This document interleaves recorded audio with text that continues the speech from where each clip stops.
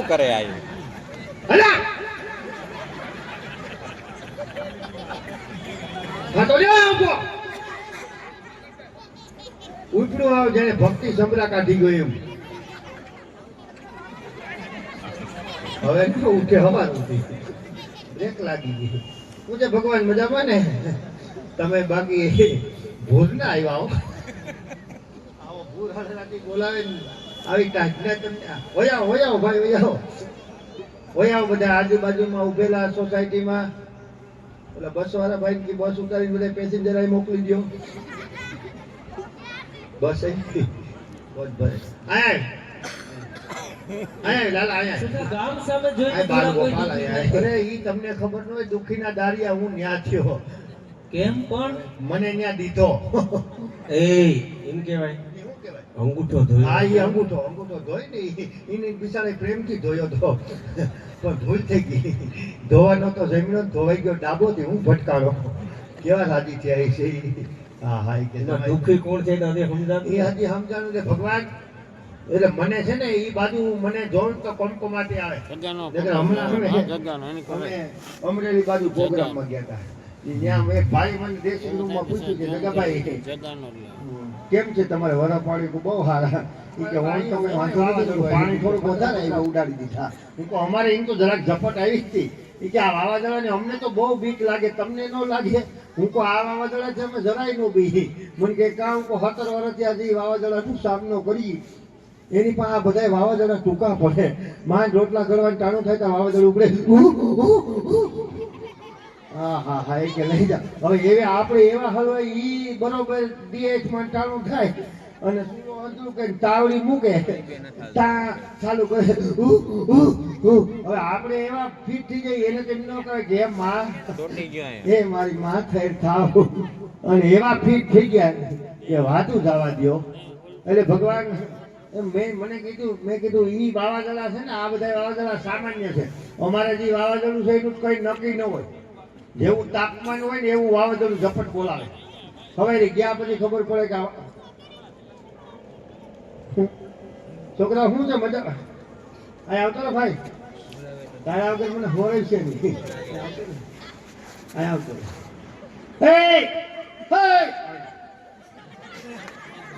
આને પણ ભક્તિ સમરા કાઢી ગયો કાન ગોપી સડી ગઈ ને છોકરાઓ કેમ છે મજામાં ને મોજમાં છો ને હા હાલ કમ્પ્લીટ નહીં વાંચો આવે ને ભણવાનું હાલે ને બંધ નહીં થાય ને તો પ્રાર્થના કરો ગણપતિ દાદાને કાળિયા ઠાકરને સીનમાં રહેવા દે એ ભગવાન સીનમાં ચાલુ થયો છે અને ગુજરાતમાં 2 કેસ આવ્યા છે હવે એકલાથી અટકાવી નાખ્યો મારા નાથ નગર જો તમે કદાચ ઈ કોરોના આવે ને પ્રભુ તો બધું લોકડાઉન કરી નાખ્યો જાવ આવવાનું બંધ બધું લોકડાઉન કરજો પણ પ્રભુ એક વાતનું ધ્યાન રાખજો હવે આ વખતે કોરોના આવે ને તો નિહારું બંધ ન કરતા હો ખરેખર હાથ જોડી પગે લાગીને કહું નિહારું બંધ ન કરતા પ્રભુ કેમ સખા કારણ કે આ લબાસો હસવાતો નથી હા હું આઈટમ થઈ તો કોરોનામાં ખબર પડી હો હા રાંધવા તોડાવ્યા નકર તો માસ્ટર જાણે નહીં જાણે છોકરા તો મેઇન કેવરાતા હો